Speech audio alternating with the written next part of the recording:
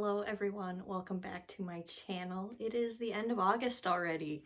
Can't believe this month went by so fast. So let us just talk about all of the books I read in August. The first category for me is always the books that I reread as I try to fall asleep, and there's been a pattern the last few months, and that is rereading Tamara Pierce books. So we've got Squire, we've got Lady Knight, and Trickster's Choice. Squire and Lady Knight are books 3 and 4 in the Protector of the Small series, which I gave both of these 5 stars, childhood favorites. I've read these dozens of times. And of course, Trickster's Choice is the first in a duology following the daughter of the lioness from her very first quartet. So I also gave this a 5 stars. I know these ones come under a little bit of a heat lately, but this is a nostalgic reread for me as I try to fall asleep. The next category I have is nonfiction. I managed to read one nonfiction this month, and that is Heartberries, a memoir by Therese Marie Mayet. It's pronounced Mayet. This is a memoir by an Indigenous woman who grew up on a reservation, and this memoir specifically focuses on Therese's childhood abuse and her mental health. She has quite a few conditions that she discovers that she has throughout the course of her young adult life, and this memoir focuses on those diagnoses and a toxic abusive relationships that she has had in the past. So this memoir is written as a series of essays, and it's almost like reading poetry. It's very beautifully written. Essays are short and not sweet. This is a hard book to read. There is a little bit of an interview section at the end of the book that I think is really good to listen to, and it provides just additional context for why the author decided to write in the way that she did, and I think that helped me to understand a little bit more the context for this work. I mean, as an enjoyment, I didn't really love this. It was hard to read, talking about such horrible subjects and difficult, challenging subjects. And the writing was, beautiful, but it was also a little bit more contemplative. I had to think about it a lot more. So as an enjoyment level, I gave it like a 3 stars. It was just a little bit of a tough read for me.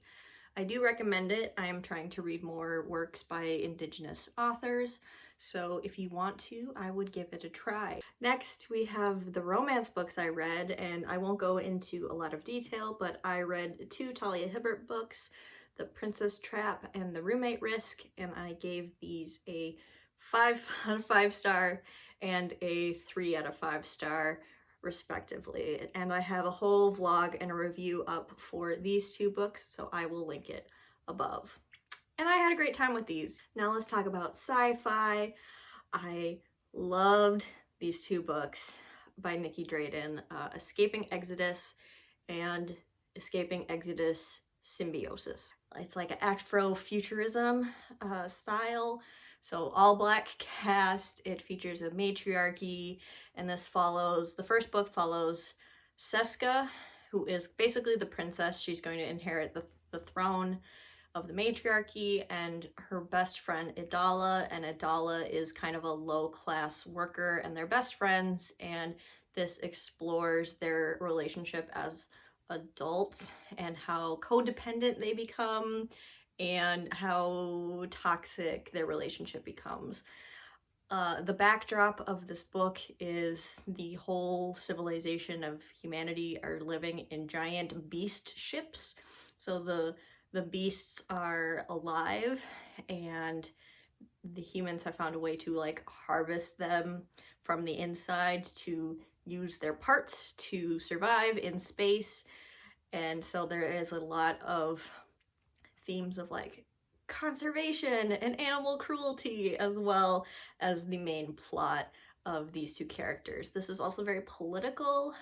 We've got a a matriarchy type system, and it's very matriarchal, like in a toxic way, where the men are not valued at all. So this book I thought had great themes. I thought the romance and the toxic relationship was really well explored, and it was tough to read at times. This is pretty violent at times. I ended up giving it a 4.5 out of 5 stars. I really, really liked it. I liked the ending, but it did feel a tad rushed at the very end. I was like, it was just kind of over. A bang, and then it ended. And so I would have maybe liked a little bit more at the end, but I overall really, really liked this book. And then I read its sequel, which is Symbiosis, and this follows Seska, Idala, and another character named Doka. And not to spoil things, but in the first book, Doka is Seska's betrothed. Something to note about these two books is that they are queer and polyamorous, and I thought the polyamorous relationship was really interesting. They have basically 3 sets of 3 people that are all married to each other, and then they have 1 child amongst the 9 adults. So because they, you know, have limited resources in these animals, so they have like a 1 child per 9 adults parenting limit, which I thought was fascinating. And that whole world building social hierarchy thing was super fascinating to read about. And book 2, we get more of that family dynamic, you know, 9 to 1 ratio. And without spoiling anything, this does have a different bit of a twist from book 1. Book 1 was, you know, very political, and there are similarities between the two, and I ended up enjoying book 1 a lot more. I think I gave book 2 4 stars, so I really did enjoy book 2, but book 1 was it for me. And the last sci-fi book I read was Dawn by Octavia Butler, and again, I discussed and reviewed this in the vlog, so I will link that above. This is following Lilith as she has been captured by aliens after the nuclear apocalypse takes place on Earth. So she is one of the last remnants of humanity on a spaceship, and it's very messed up. And I ended up giving this 4 stars, but with complicated feelings. Check out the vlog if you want to see my messy, all over the place thoughts about this work. And then lastly, we have fantasy, which is City of Stairs by Robert Jackson Bennett. Now, Robert Jackson Bennett wrote Foundrayside and Shorefall, which is his latest series, which I absolutely adore. I'm screaming about those books all the time.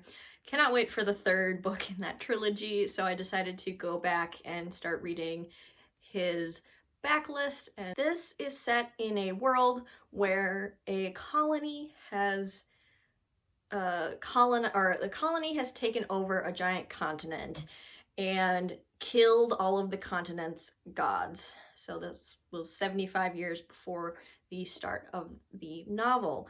And we are following a character named Shara, who is a spy, and she is from the colony and is sent to the continent to investigate a murder of one of their cultural ambassadors that happens on the continent. And she slowly starts to realize that there's some fishy stuff going on, and maybe the gods aren't as dead as they thought.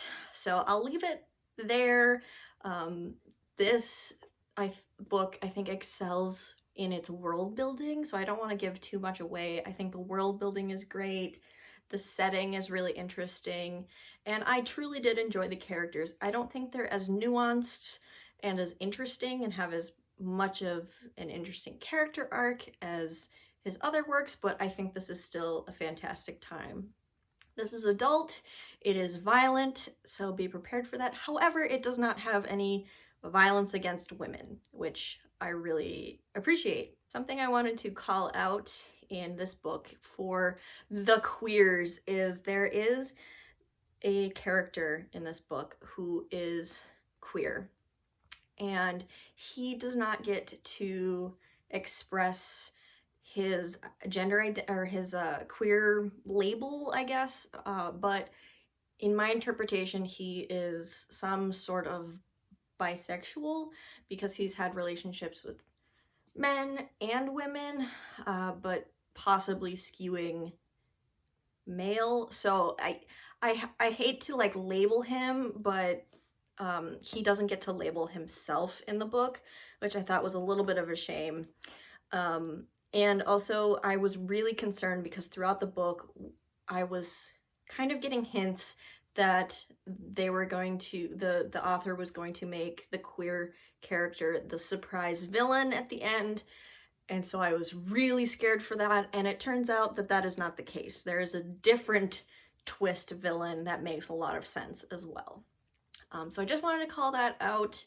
I ended up giving this book a 4.25 stars. I think the plot was excellent, but it felt a little long, and there was that queer representation that I didn't particularly love.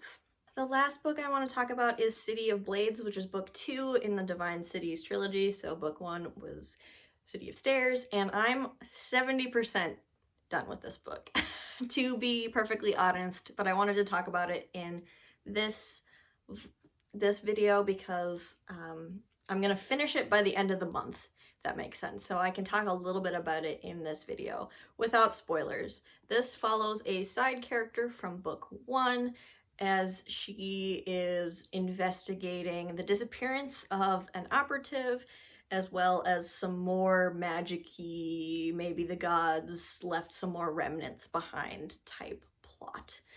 So this is much longer than book 1, which was a complaint that I had about book 1, and book 2 is even longer. This again excels at the world building, but I feel that the main character in this book is really lacking.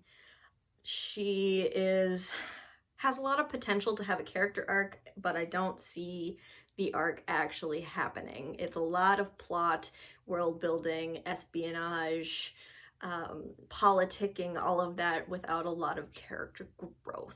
So I'm not enjoying this one as much as book 1, but we will see how it ends. I'm definitely thinking this is like a 3-star vibe, but we will see how I feel by the end, and I will insert my final star rating as I edit this video. That was it. Those were the 10 books I read in August, which was not that many for me. I've been a little bit of a reading slump, not really wanting to read, as much as I normally do. So hopefully this next month I will find some new favorites and continue reading some of the series that I am enjoying. Thank you so much for watching, and I will see you in my next video. Bye!